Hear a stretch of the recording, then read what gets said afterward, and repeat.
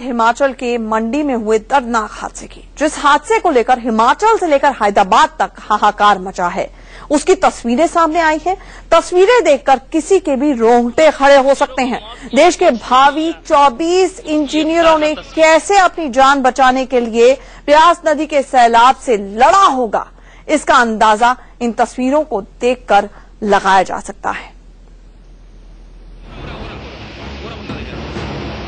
हिमाचल के मंडी में ब्यास नदी ने कैसे हैदराबाद से पिकनिक मनाने आए 24 इंजीनियरों को मौत की आगोश में ले लिया, उसकी ये ताजा तस्वीरें।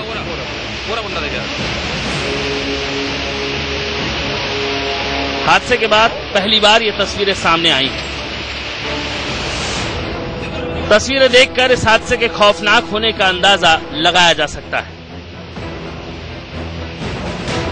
देखिए, तेज बहते पानी में कैसे इंजीनियरिंग के छात्र एक के बाद एक बहते चले जा रहे हैं। ये देखिए, कैमरे से खींची गई इन तस्वीरों में डूबते हुए दिखाई पड़ रहे हैं ये छात्र। जिस तरह से लहरें दिखाई दे रही हैं, उससे किसी के जिंदा होने की उम्मीद शायद ही की जा सकती है। Bureau report, India news.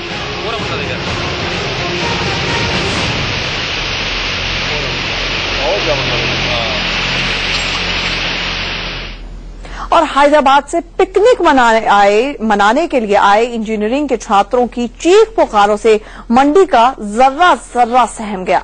60 second में 24 भावी इंजीनियरों को ब्यास नदी का सैलाब बहा ले गया। अब हादसे का पोस्टमार्टम हो रहा है। प्रशासन का कहना है कि यह हादसा लाजी डैम से अचानक से पानी छोड़ने की वजह से हुआ है, जबकि मुख्यमंत्री वीरभद्र सिंह का आरोप है कि टीचरों को छात्रों का खास ख्याल रखना चाहिए था। वहां से एक पानी इतना बहाव बढ़ गया कि सर के ऊपर तक पानी आ गया। 60 सेकंड के अंदर पानी इतना ज्यादा हो गया कि जो है वो सोच ही नहीं पाए क्या करना है, उतने में ही पानी बहा ले गया। सुना आपने, सिर्फ 60 सेकंड में 24 जिंदगियां तबाही के सैलाब में बह गईं। हिमाचल के मंडी में शांत व्यास नदी ने कब रौद्र रूप अख्तियार कर लिया। नदी के किनारे फोटोग्राफी का लुत्फ उठा रहे हैदराबाद के 24 इंजीनियरिंग के छात्रों को पता भी नहीं चला। रविवार की शाम हुए इस दर्दनाक हादसे के बाद सर्च ऑपरेशन लगातार जारी है। एनडीआरएफ और सेना के जवान छात्रों की तलाश में नदी में गोते लगा रहे हैं। ब्यास नदी से 5 लाशें निकाली भी गई हैं, लेकिन बाकी छात्र कहां हैं किसी को भी नहीं पता। खौफनाक तो ये है कि हादसे को 24 घंटे बीतने के बाद इन छात्रों के बचने की उम्मीद भी ना के बराबर ही है। We are around 48 while coming. Now we are only just 24.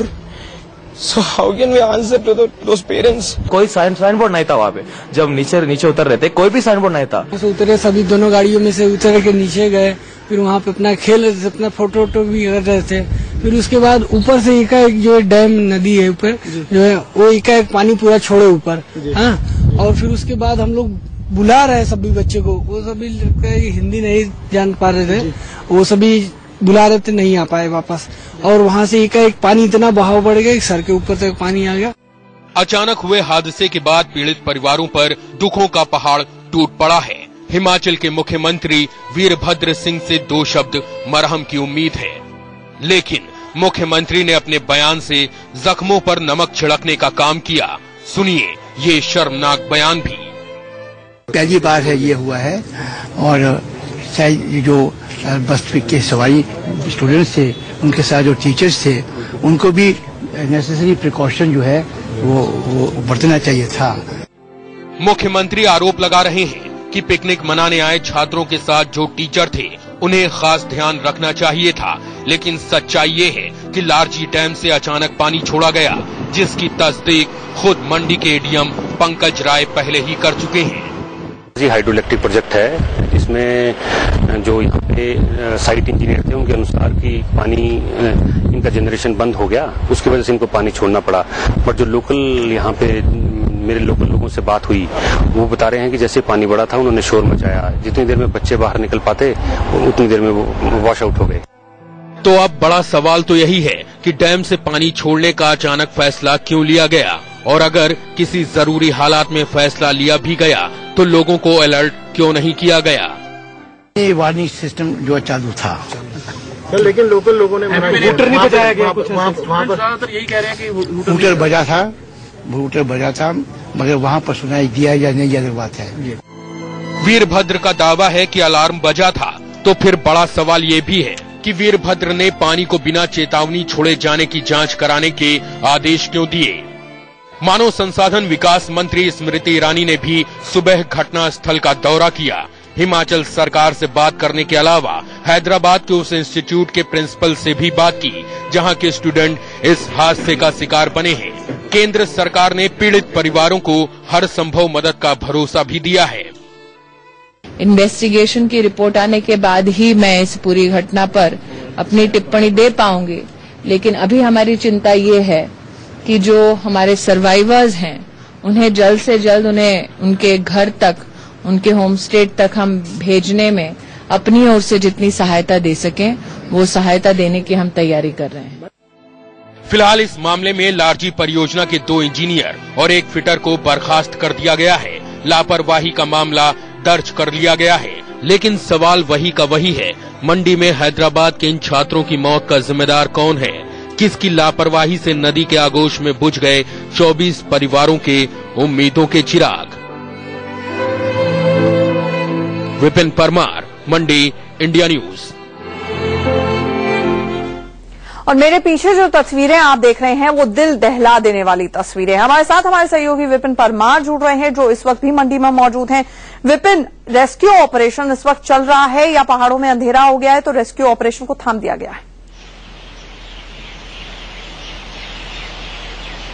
अचल, रेस्क्यू ऑपरेशन अगर बात करें जिस तरह से जो है उसकी एक थमसा गया है, जिस तरह से पैरामिलिट्री फोर्सेस की बात करें या एनडीआरएफ की टीमों की बात करें तो कुछ ही देर पहले पंडोह के उस डैम पर जहां पर कि पूरा एक कैंप लगाया गया है, जहां की अगर बात करें लारजी डैम से लेकर पंडोह डैम का जो एक एरिया है 14 से 15 किलोमीटर का, उसमें लगातार वोट्स के माध्यम से जो है सर्च आउट ऑपरेशन चलाया जा रहा था। लोगों को जो है बैंक्स के किनारे जो है पैरामिलिट्री फोर्सेस के जवानों को तैनात किया गया था, लेकिन आप देख सकते हैं कि अंधेरा हो चुका है और जो सर्च ऑपरेशन है उस पर फिलहाल विराम आज के लिए लगा दिया गया है और कोई खास बड़ी सफलता जो है पैरामिलिट्री फोर्सेस या फिर एनडीआरएफ के हाथ नहीं लगी है। इक्विपमेंट्स लाए गए थे, एनडीआरएफ के द्वारा बोट्स लाई गई थी, इससे पहले बोट्स भी नहीं थी। और अगर बात करें डाइवर्स की तो स्पेशल डाइवर्स को बुलाया गया था और डाइवर्स के द्वारा जो है इस एक बड़े एरिया में जो है कई जगहों पर डाइविंग करके जो है ये तलाशने की कोशिश की कि कहीं ना कहीं उन बच्चों का सुराग पता लग सके।